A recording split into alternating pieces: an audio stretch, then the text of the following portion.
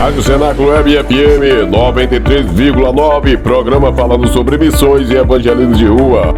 Olá, povo de Deus, a paz do Senhor para todos. Boa tarde, boa tarde, boa tarde. Estamos chegando com mais um programa falando sobre missões e evangelismo de rua.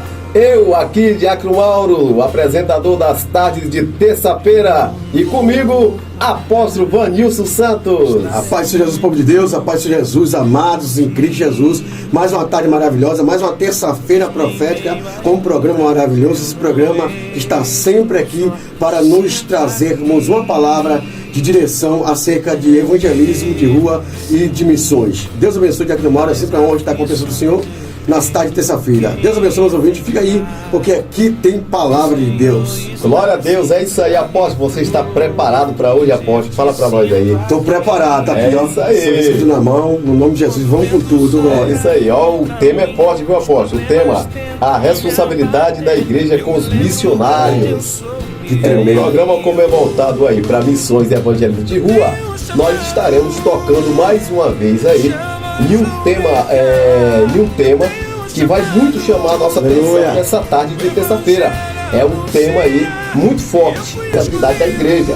Aqui nós vamos tratar de um assunto muito pertinente, onde nós vamos entender a veracidade de missões, a veracidade da vida do missionário, como a igreja deve se portar no que tange a questão missionária, a vida do missionário no campo missionário. Então hoje nós vamos estar tratando desses assuntos aqui e muito mais. Fique conosco, porque estamos começando mais um programa falando sobre missões e evangelismo de rua. A gente dá para entender a fala do Senhor Jesus e também do apóstolo Paulo. Paulo só está seguindo o roteiro ou as profecias dos ensinamentos de Cristo, em cujo quem vive do altar, prega do altar, come do altar, permanece no altar, é do altar, ele tudo participa só do altar, das coisas espirituais. É por isso que o Senhor Jesus Cristo, em 3 anos, olha a importância da igreja, de estar vivendo do altar, participando do altar, comendo do altar, permanente do altar. Porque em 3 anos, o Senhor Jesus Cristo fez trabalho de uma vida toda que eu e você, o Senhor, às vezes não fazemos. Então é muito importante estar sempre no altar como um pregador do Evangelho. É forte. E olha que interessante, apóstolo, que a gente vai dar aqui, vai ser forte aqui hoje à tarde. No 14, o apóstolo leu aqui: assim ordenou também o Senhor aos que anunciam o Evangelho que viva do Evangelho.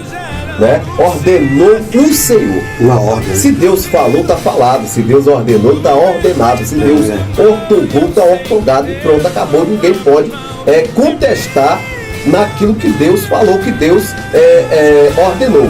Então Deus está ordenando.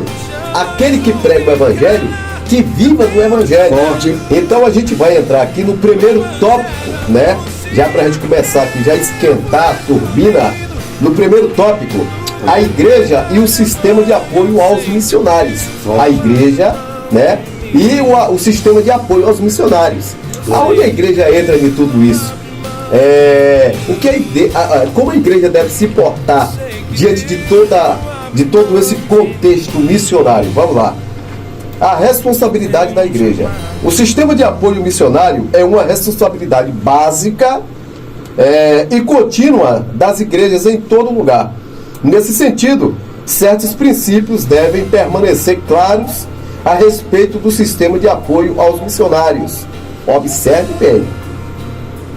O sistema de apoio missionário é uma responsabilidade básica e contínua das igrejas. O sistema de apoio aos missionários, a gente tem que entender que é uma responsabilidade básica de todas as igrejas.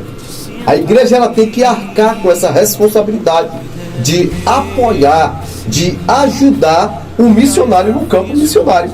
E quando a gente fala de ajuda, apóstolo, a gente está falando de um modo geral, de uma visão geral. Em linhas gerais, a igreja precisa apoiar e ajudar o missionário. O missionário, a gente já comentou aqui em outros programas, o missionário que abre mão do seu conforto, o missionário que deixa a sua família para estar no campo missionário, ele precisa de apoio também. E quem é que vai dar esse apoio para o missionário? Quem vai dar esse apoio é a igreja. Tanto o apoio físico, moral, espiritual, financeiro, material, psicologicamente falando, a igreja precisa estar apta a apoiar esse missionário que está no campo. E continuando a leitura, aí nós vejamos aqui, nesse mesmo tópico ainda, deve-se conscientizar biblicamente de que o missionário é um obreiro formado pela igreja local. Esse missionário, ele é um missionário que ele nasce na igreja, ele nasce dentro da igreja, é um missionário formado. Ele é formado e tirado de dentro da igreja local. E por isso está inteiramente sob a sua responsabilidade. A responsabilidade com o missionário não é de outros, não é de terceiros. A primeira responsabilidade tem que ser adotada pela igreja local. Aí então existe também aqueles parceiros da obra missionária que vamos supor que entende que a obra missionária precisa de apoio, de ajuda. Tudo bem, isso aí é bíblico, né? A gente já falou aqui também que aquele que aplica na obra missionária no reino de Deus está juntando tesouros do céu. E é um privilégio para aquele que apoia a obra missionária, é um grande privilégio.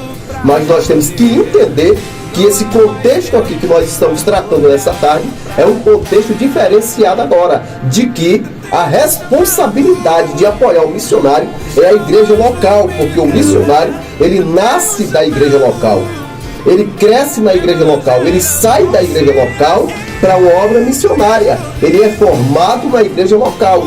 Então a igreja local tem essa responsabilidade básica de apoiar e ajudar o missionário no campo missionário.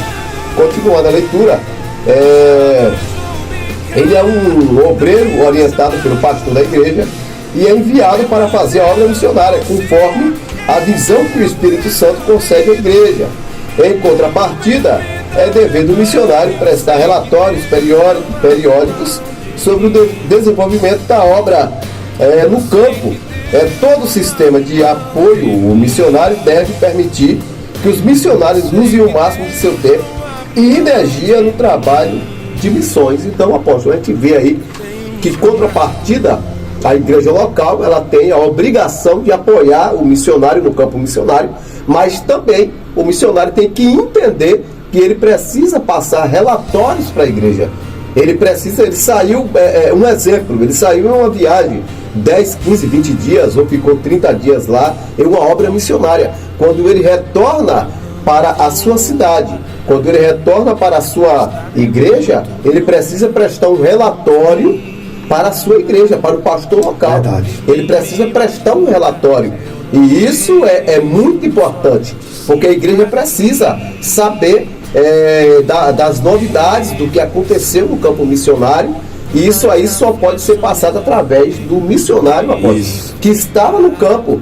É ele que vai dar esse relatório. É ele que vai passar esse relatório, apóstolo. O sistema de apoio e a obra de fé. Todo trabalho missionário é uma obra de fé, do começo ao fim.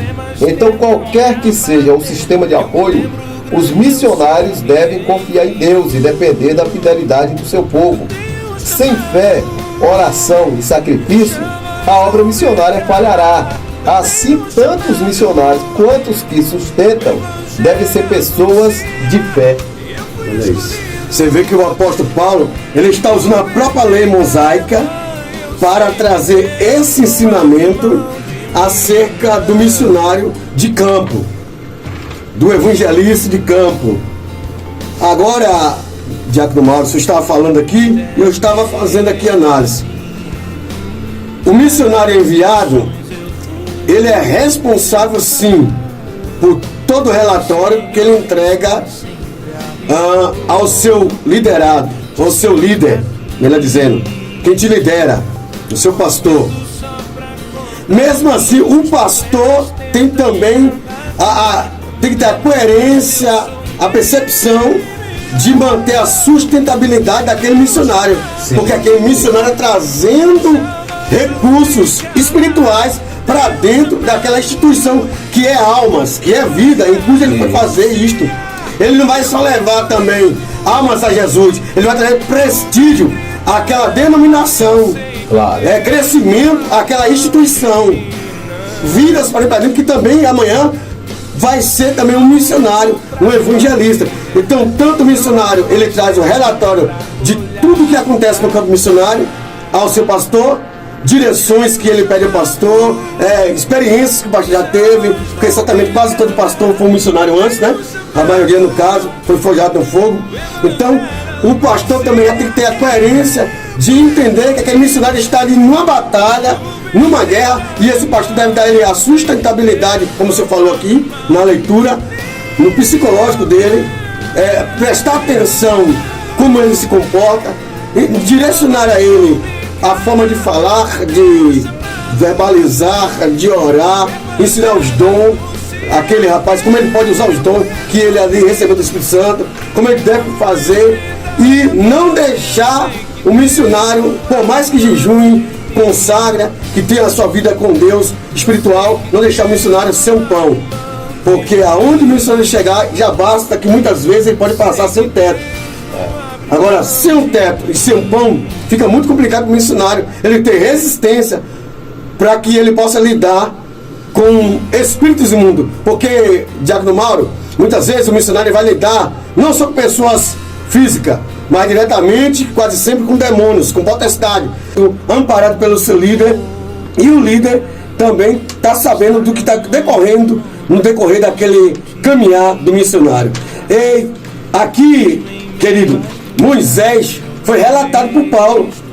Por que está relatando? Porque na lei de Moisés, na lei mosaica, era dada aos sacerdotes e ao levita também para comer dos grãos.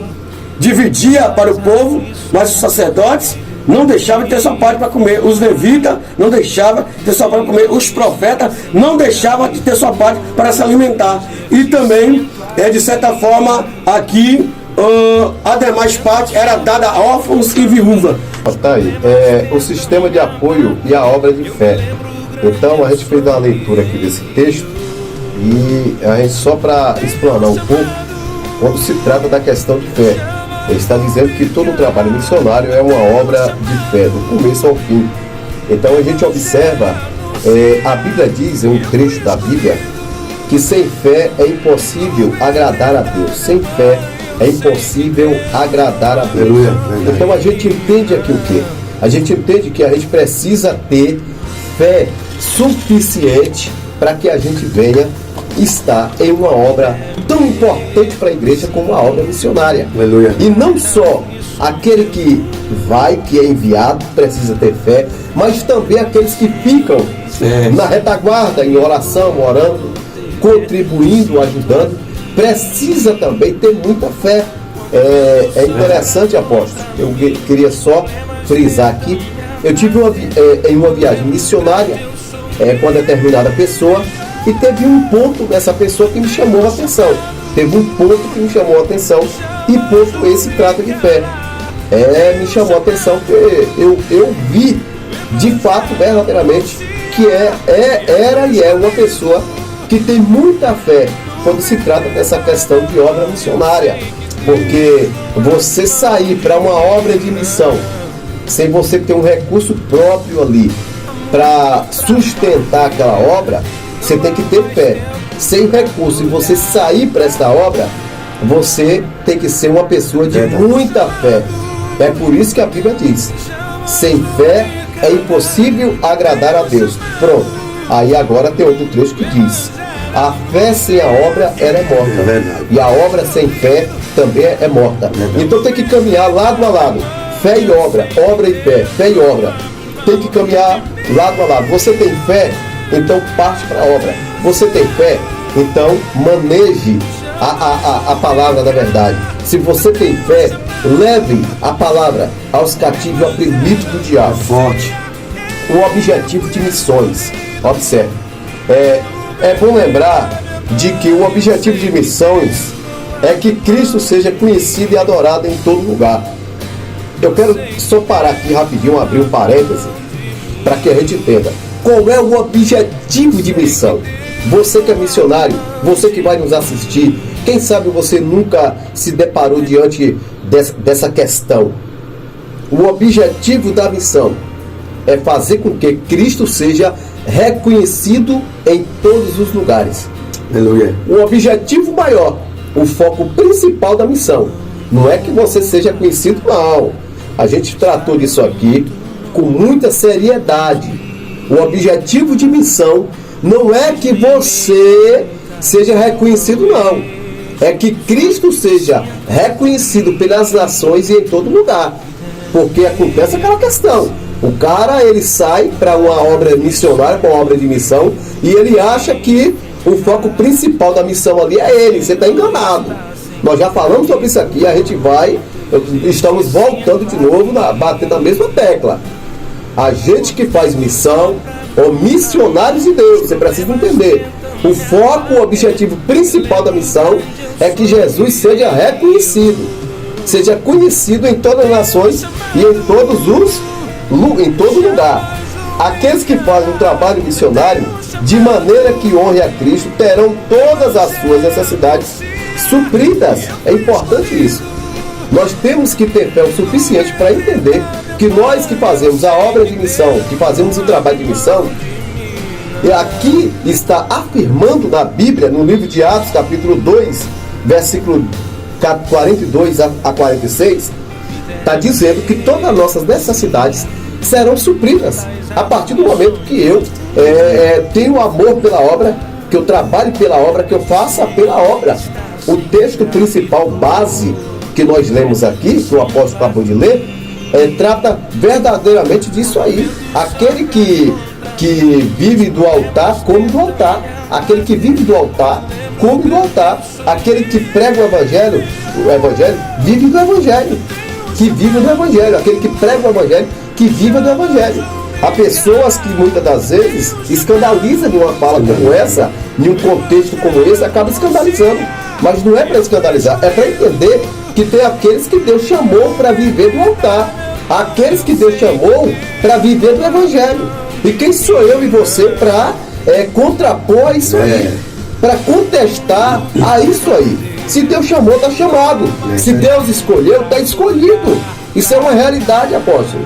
Isso é uma verdade com base bíblica. Com base bíblica. E você está falando aí, vem dois textos. Vem sobre Elias, que Deus enviava os corvos para o sustentá-lo, né? Pois é. Porque ele vivia pela fé. Então, diante da fé, Deus sustentava o Elias nas suas missões, usando até corvo, que não é de dar carne, ao contrário, é de comer a carne. Mas Deus dava ordem aos corvos que alimentava o profeta Elias. Naquela ocasião, naquela região que ele vivia, o que permitia era mel e gafanhoto. Então essa era a provisão que Deus dava para João o Batista. E hoje, no nosso tempo, tem homem e tem mulher com suas compras na sua casa, sua despensa abastecida. Então ele vai pegar hoje, não vai dar mel para você e não vai dar gafanhoto. Elias, antes de ser chamado para profeta, ele construía tenda, né? Entendeu? Igual Paulo, né? Ele fazia tenda. Agora você observa, o cara tinha uma profissão, por assim dizer, era um cara ocupado. E tinha uma profissão, tinha uma ocupação. Depois que Deus chama Elias, aí Deus agora manda Elias chamar a Eliseu, que também tinha ocupação, era arador de terra. Elias estava com a 12ª junta de boi, arando terra, quando Elias foi chamar Eliseu para ser o seu sucessor. Então, observe bem que Deus, ele não chama ninguém desocupado. Ele chama pessoas que têm ocupação. Quando Deus mandou Samuel ungir a Davi como rei, Davi estava cuidando das ovelhas. Davi tinha uma ocupação. Davi tinha uma ocupação que ocupava ele todos os dias, que era cuidar das ovelhas de seu pai. Ele cuidava e dava conta. Então, quando Deus olha aquele cenário na casa de Jessé, Davi cuidando das ovelhas do pai. Tudo bem que os irmãos eram soldados, defendia o exército de Israel, porque Israel estava ali naquela peleja com o exército lá dos filisteus, né? Você me ajuda aí, apóstolo. Estava lá com o exército dos filisteus. Então, quando Deus ele chama Davi, Davi está ocupado, Davi está atrás das malhadas do seu pai, está cuidando das ovelhas. Então Deus ele chama sempre quem tem ocupação, tá? Deus chama sempre quem tem ocupação para viver pela fé, fazendo a vontade e a obra dele. acrescentando a sua fala aqui, você continuar, esse negócio é muito importante, porque além dessa ocupação que era oficializada pelo pai como o pastor de ovelha, Davi também não era só isso. Isso não era aquela vez que o Davi foi levar alimento para os seus irmãos e ver a guerra, aquela não era a primeira vez, não. Então, volta e meia, o pai dele dava a ele essa incumbência de levar o alimento para os irmãos. Então, Davi era muito ocupado, sim, como você está falando. Pois é, Davi, afinal, tinha uma ocupação, cuidava das ovelhas, cuidava dos irmãos. Foi quando ele chegou lá que topou o gigante afrontando o exército de Israel. Ali se conheceu. E quem não é capaz de cuidar das ovelhas de Deus, que é as almas, quem não é capaz de levar alimento para seus irmãos, que é o Evangelho, também não vai ser capaz de enfrentar a batalha contra o gigante Golias e não vai vencer gigantes. Bem interessante isso. É interessante, você teve um contraste forte aí agora, viu? O cara cuidava de ovelha, alimentava os irmãos, mas teve a possibilidade, ainda menino, de enfrentar um gigante e vencê-lo. Detalhe, vencê-lo.